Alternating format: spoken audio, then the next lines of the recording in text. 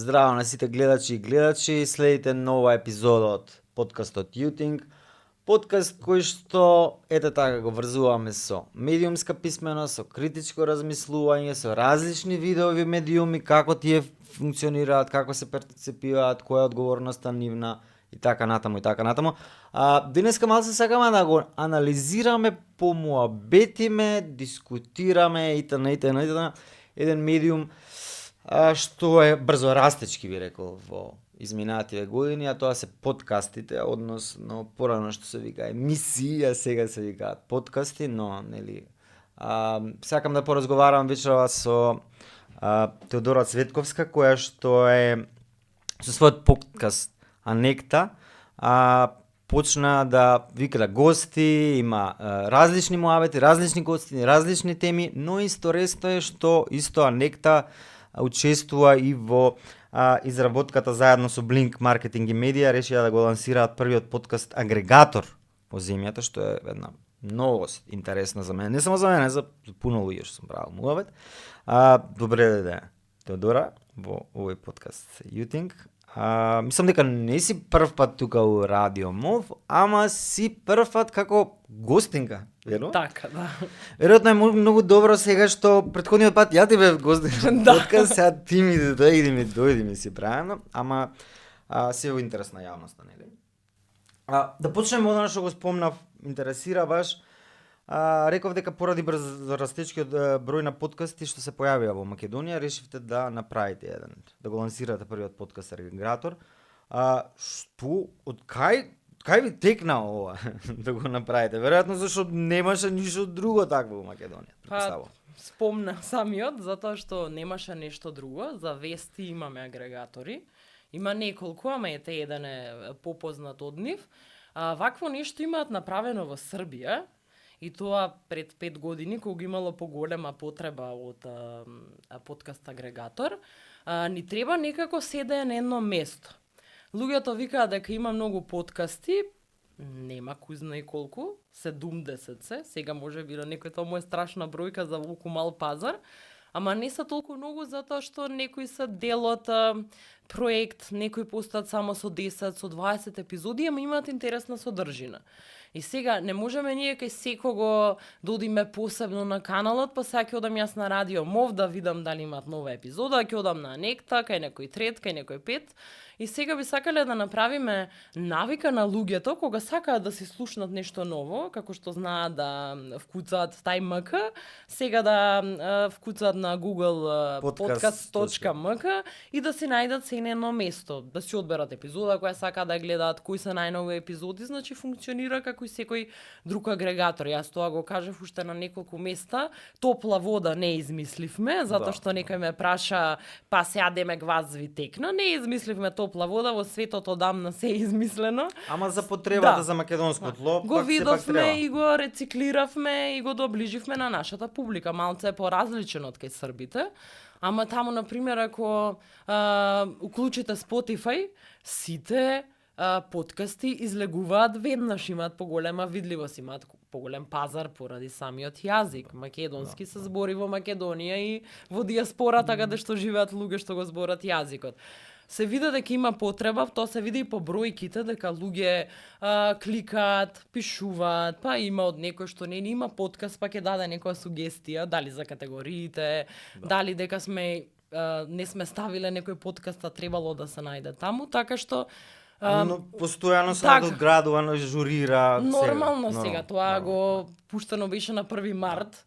Сега нешто што е толку не беше за брзо време направено, но мораше брзо да се лансира поради големиот број на подкасти и ќе се менуваат и потребите на публиката и нашите, доаѓаат сугестии и критики.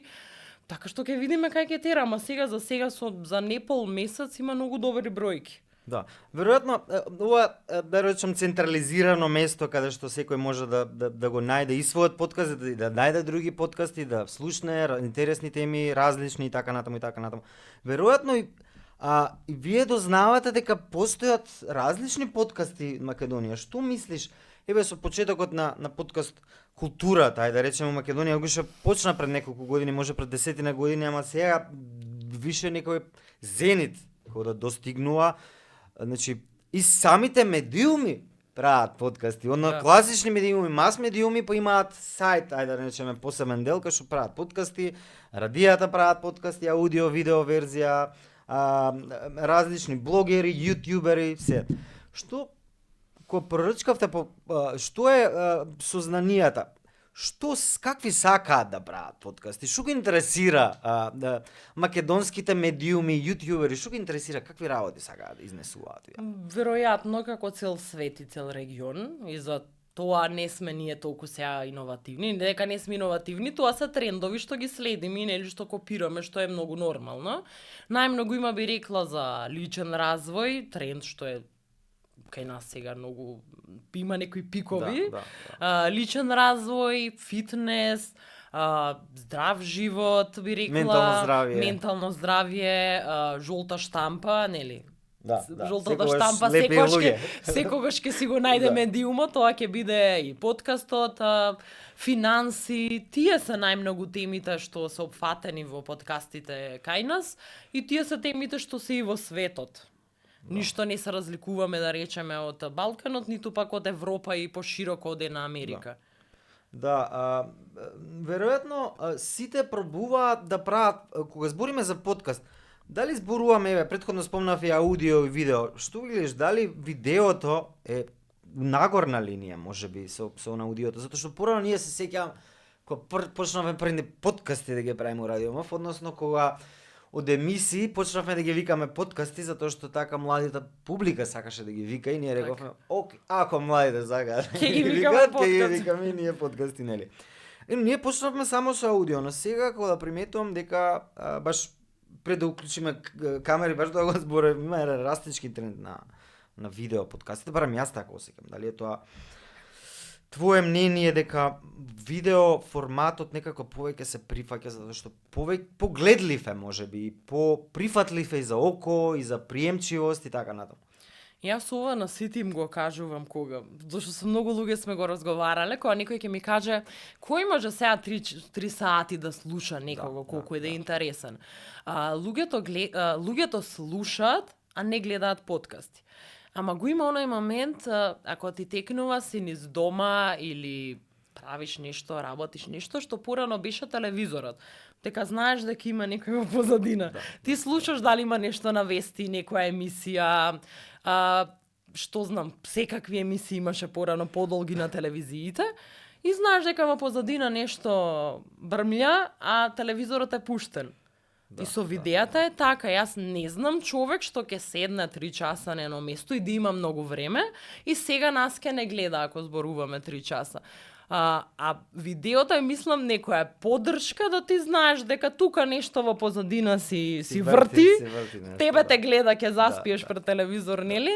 А ти подкастот само го слушаш. Што и да правиш, луѓе, јас дури во кола, да речеме, пуштане подкастот, сега не го пуштам на Spotify, го пуштам на видео, иако јас нема во гостите во тој што го води подкастот да гледам, ама некако ни е станата навика, па потоа кога ќе видиме нели некој краток рилс, или не знам, споделена фотографија од подкастот, мислам дека тоа повеќе психолошки момент дека викаме го гледав човеков, женава, дечково што беше на подкастот и некако повеќе си игра на таа карта, некако на асоциација, бидејќи ако јас тебе не те познавам, а само на аудио сум ти го чула гласот, на фотографија можеби нема да ги спојаме работите дека ставува збор за истиот човек. Не е ова сега моја обсервација дека јас психологија завршив, туку го имам на повеќе тренинзи и работи читано од подкастери, зашто е тој нагорен тренд на видеопродукција на подкасти. Да, веројатно и видеопродукцијата и пораките што се праќаат, веројатно кога има и визуелен дел освен аудитивниот, нели веројатно пораката има досег поголем, поефективен веројатно и уште една работа, тоа се рекламите. Бидејќи нели оној дел на почеток на подкастот, некои го прават на половина, некои при крај.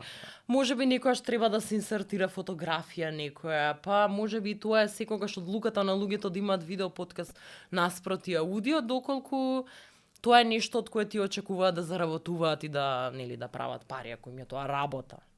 Да. Веројатно, гледам, сакам да збориме и за форматот малце на подкастите, односно има различни формати, но секогаш подкастите почнаа како некој стандард више внесоа да бидат поопуштени, односно да не бидат толку формални како да речеме ТВ дебатите и каде што има двајца, тројца гости, има една тема и секој кажува мислење и тука има некаков мини конфликт на теме, контра аргумент и контра аргумент, туку ни секојдневни теми, ни прашања кои што се нормално актуелни, на некој неформален начин да се доближат темите до јавноста отколку од она, ајде да речем, ригидно представување со ригидни прашање одговор, каде што и самиот гостин за да не биде толку неформален, за да мора да биде официјален и за да биде сериозен, нели, дава некогаш и одговори што се тотално досадни, нели?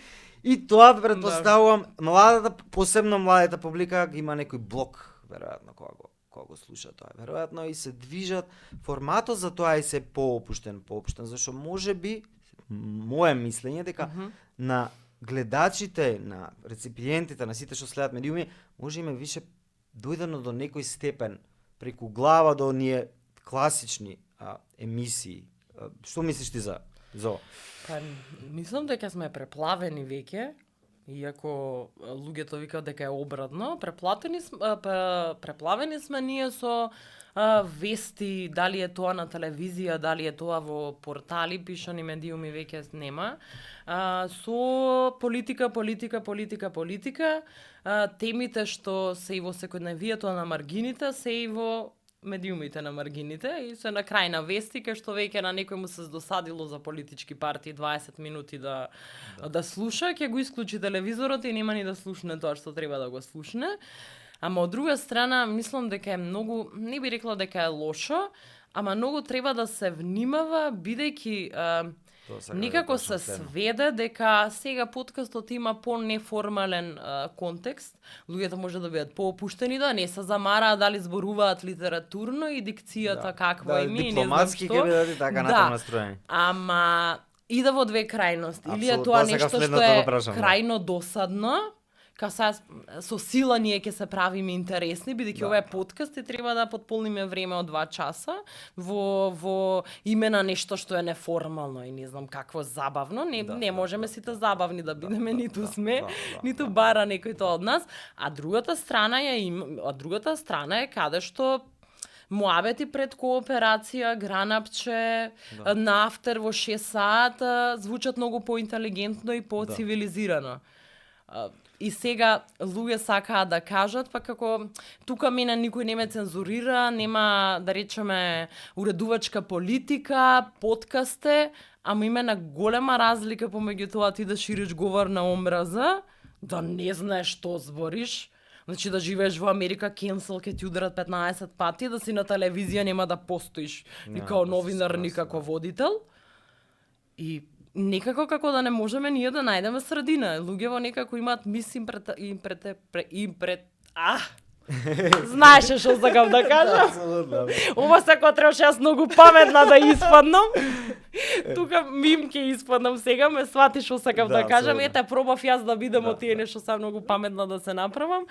Ама не ги сваќаме некако работите. Или наликува подкастот на утринска емисија, немам јас ништо против утринските емисии, или другата крајност е дека личи на задруга што оди на Пинк.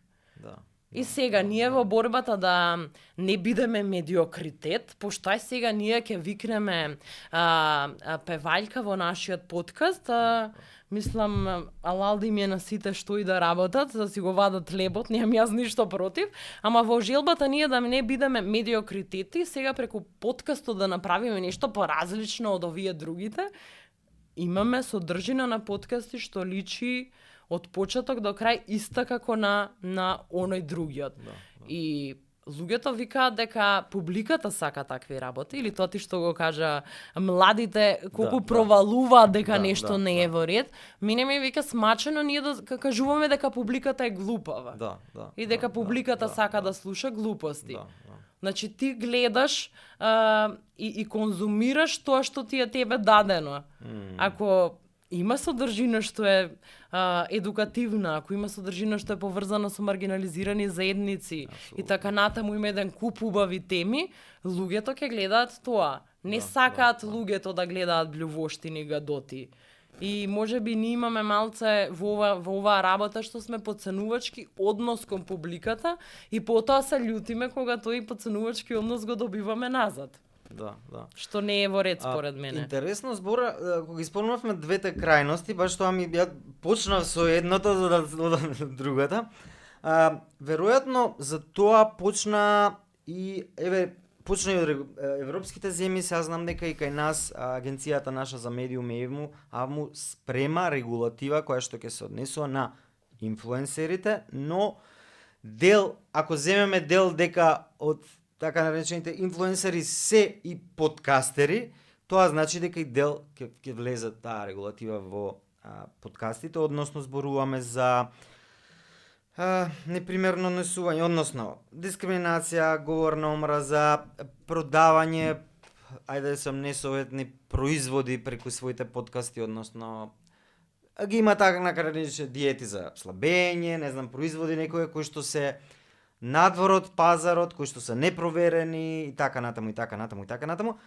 Баш ја пишував тема за тоа, баш анализа, они ме објасна дека ова више се случува во дел од европски земји, сега ова е некоја преземана мини пракса од Холандија, таму што се случува, имаат они етички кодекс више како инфлуенсерите и блогерите, јутјуберите да се однесуваат таму, што веројатно ќе се пренесува и во Македонија сето тоа. Ки има еден регистар, колку што знам, за инфлуенсери, односно за блогери, јутјубери и така натаму подкастери, каде што сите ќе потпишуваат доколку имаш доколку имаш над толку и толку посетители, односно гледачи, мора да влегуваш во тој регистар и штом си во тој регистар мора да почитуваш кодекс на однесување, мора да читаш правила и така натаму. Што мислиш, дали е потребно сето тоа да се случува со оглед дека, што ги рековме оние крајностите, како се одвиваат овие крајности, каде ќе се насочуваат на крајва подкастерите? Дали ова ќе значи регулирање, можеби редуцирање на некоја бројката, па ставање, па самата регулатива и самиот, ајде да речем, правила во интернет просторот ќе си направи некоја природна селекција на подкастите што ќе се објавуваат во просторот. Јас одвај чекам да има таков регистар, затоа што се соочуваме, нели, пак ќе го спомнам тоа, со критика од луѓе што ги гледаат подкастите, дури тие што не гледаат, ама нели сакаме ние за работи што не ги знаеме, што не ги гледаме да коментираме како нација.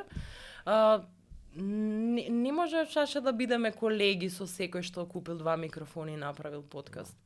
И би сакала да има регулација, затоа што има едно мислење помеѓу публиката дека ајде сега аманот подкасти, сите подкасти на сите се ви текна.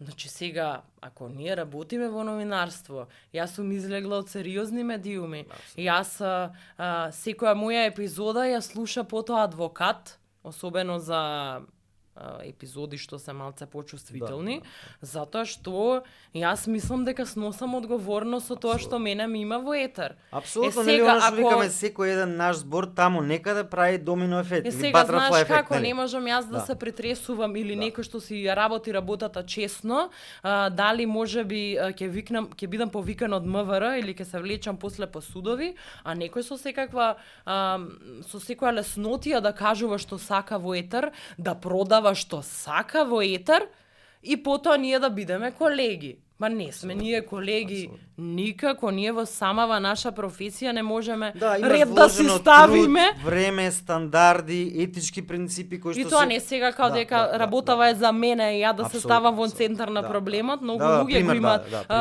Радио МОФ оди само во интернет просторот. И е во истата бара со секакви портали. Значи не можеме луѓе да сме колеги. Јас како и да звучи најлошо на светот, не можам да сум колега со секој што купил микрофони и кажува глупошти за кои што ако имаме нормални закони се оди во затвор. Затоа што можеби луѓе сметаат дека нешто што е кажано на YouTube е невино, наивно, но имаше случај во Србија каде што еден познат јутубер Бака Прасе што го снема од кога некоја девојка на која вршеле булинг и пишувале секакви коментари, песни, некои имаат снимено, девојчето се самоуби, значи не е тоа така наивно, па сега јас што сакам ќе зборувам. Да, апсолутно. И мора да има регистар, дали тоа ќе значи дека треба даноци да се плаќаат, што и да значи тој регистар и кој да ги мониторира тие, тоа е другиот муабет, затоа што ја видат избори, еден куп подкасти дојдоа. Кој ќе ги контролира работите, исто така многу важно. Ама мора да има ред. Значи со години се збореше за порталите и еве со тек на годините се вида дека не може секој прво тоа да го работи. Втора работа, сега на прсти се бројат порталите што се читаат и што нудат квалитетна содржина и известуваат етички, стојат сериозни имиња за тие содржини. Да, нели, секогаш викаме, слободата на говорот и слободата на изразување неприкосновена, нели, апсолутно не припаѓа на сите, но злоупотребата, па исто треба да се свати. Тенка е границата. Тенка е границата, секогаш нели е за дискусија, но мора да ги сватиме и злоупотребите на крај крај. Нели, ние сите викаме интернетот сите не демократизираше, направи слободни, но свативме интернетот дека не секогаш ги дели идеалите на француската револуција. Така, нели? И свативме дека има валкани работи, нели? Не можеме да го спречиме интернетот, не можеме да ја спречиме слободата, но може некакви етички механизми барем да поставиме, некакви граници, за да на крај крајева маргинализираните, безпомошните, сите оние што, нели, да им дадеме некаков основна потпора, а не да ги злоупотребуваме нашите емисии за да нели покажеме нешто дека можеме. Јас имав многу делови од неколку подкасти, дури сечено, не пуштано во етер, што не знаеш колку биле добри. Че тоа не знаеш каква гледаност ке имало. Ке имало кликови, јас знам дека ке имало. Дури може да ми текне во глава каков бомбастичен наслов ке имало. И тоа е во ред, може би јас поради тоа од YouTube ке добијам некоја ситна пара, еве сите ова што го слушаат и гледаат, парите од YouTube што се зимаат, освен ако не си Мистер Бист, помладата генерација и сите го знаат, тој е еден од попознатите јутубери, е доста млад. Освен ако не си во Америка, имаш по 3 милиони гледаност на видеото, од YouTube не се станува богат. И на грб на тоа што некој кажал, ширел говор на омраз, или можеш да му наштетиш со тоа што не мора да станува збор за ширење на говор на омраза. Не знам, тука е тоа каде што ти треба да пресечеш дали имаш морал во себе или немаш, бидејќи јас сметам дека во овој скап живот и свет, твоите спонзори или YouTube пари во тој месец што ќе ги направиш се 1000-2000 евра, ако стасаш до таму со тоа што си пуштил блювотина во етер, веројатно нема да ти го сменат животот. Значи да знаат луѓето да не се, затоа што многу почнуваат да прават подкасти од тоа дека тоа се лесни пари. Во Америка секој второ дете сака да има подкаст и да биде на YouTube, ама таму од повеќе од 300 милиони луѓе, колку малце треба да те слуша за ти да станеш некој што е богат од YouTube-от. Кај нас е малце поина, го спомна, ја спомна слободата на говор, нели знаеме First Amendment и натака како оди кај нив, ние во Европа и во Македонија имаме поинакви закони. И сега кога ние прво законите, а втора работа кога ние тука секој со секој го се знаеме, јас за да земам 1000 евра во месецот, а може би нема за 2 години да работам со подкаст, јас треба шаше некаде да се вработам.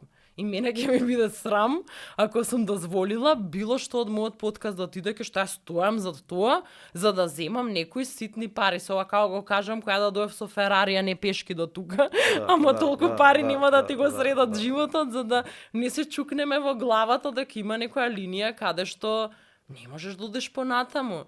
И ета може би затоа е важно и затоа во светот, ова сега може да звучи малци надмено и нескромно, најдобрите подкасти, најуспешните подкасти се на луѓе што се новинари. Затоа што знаеш во моментот каде треба да пресечеш Која е што јавната... смее да оди, што имам јас од тоа, ако некој прв пат кај мене во подкаст кажал дека е хомосексуалец, замисли во 2024. Што е тука предмет на јавен интерес? За јас да имам две реклами. Оно што викаш, мора одговорноста за да знаеш кодексите, ајде да речеме на медиумите, барем основните етички кодекси, нели оној што ни е наш уставот, кодекс на новинарите, па ги знаеме више принципите, барем подкастерите да се запознаени со некои основни одговорности што се сабе ги има, дека секој еден нивен збор таму некаде има некаков оно што викаме домино ефект или butterfly ефект, нели секој едно ниво зборче влијае на нечие мислење, на нечие став, на некое расудување за одредена ситуација или знаеш, многу е одговорно секој на нас збор. Значи ние нашите зборови, значи збориме медиумски, новинарски, може да направат и војни, може и конфликти да направат, може и да како што реков преска, да влијаат на некоја маргинализирана група, уште толку дополно да се маргинализира, само затоа што сме ослободени, да кажеме она што сакаме, нели? И тука веројатно ќе се структуира, ајде да вршиме на крај, тука ќе се структурираат и како однесувањето наше да биде, сепак од една страна, нели, да бидеме окуражени, да правиме емисии, подкасти каде што ќе ги ставаме на таргет сите оние што треба да им се даде глас, нели? Да отвараме теми каде што ќе бидат важни од јавен интерес и од друга страна сепак да пазиме каков е наш однос со публиката. И не само со публиката, и сите оние што не гледаат, а може да имаат влијание од тоа. Се надам. Не мора да спомена самиот, мора да имаме одговорност, затоа што никогаш знаат да кажат, па сега не гледај ако не сакаш, или па што не си ги воспитате децата, ова сега последниот период многу го зборувавме, не можеме ние да се тргнеме од таа одговорност. Значи јас сега ќе направам нешто, а твоето дете што е изложено на тоа, мене баш ми е гајле. Не е тоа баш така. Да, они се постојано особено, ајде да речеме Z генерацијата, сега и алфа генерацијата, кои се скринери, така речени скринери, они се родени под лице. Сега не можеш ти да им го одземеме тоа право, туку можеме колку можеме така едукативно да делуваме. Сега не може да делувам кој некој бумер, кој некоја баба, ама знаеш, се сведува на тоа, мораме ние да запазуваме и на етичките моменти, нели, ако сакаме да имаме ајде да речеме едно да ги развиваме демократските капацитети и да можеме да идеме скалило. Понапред, а не налеле. Па, да, се изгледа дека надоле одиме, не оди малце скалилото нагоре, за жал. Добро, ама веројатно пак се враќаме на дека со подкастите се поише ќе се створи некоја природна селекција, веројатно. Ко за се ствара природна селекција, затоа што не е толку лесно, како ништо во животот што не е лесно. Сега да не звучам ко лайф коуч, да. Ама нели сме се чуле, си имаме договорено пред недела и пол за да дојдеме и да зборуваме. Тебе оваа тема ти е позната, но сигурно во својата работа, како и претходно, дали во овој подкаст, зборуваш и со луѓе и на теми кои не ти се познати. Тука се тие брифинзи, каде што со некој треба да испиеш кафе. На темата да се да разбереш, да истражиш малце па да се саме. видиш со некој друг, да се брифираш за гостинот кој ќе ти дојде. И тоа е сериозна работа.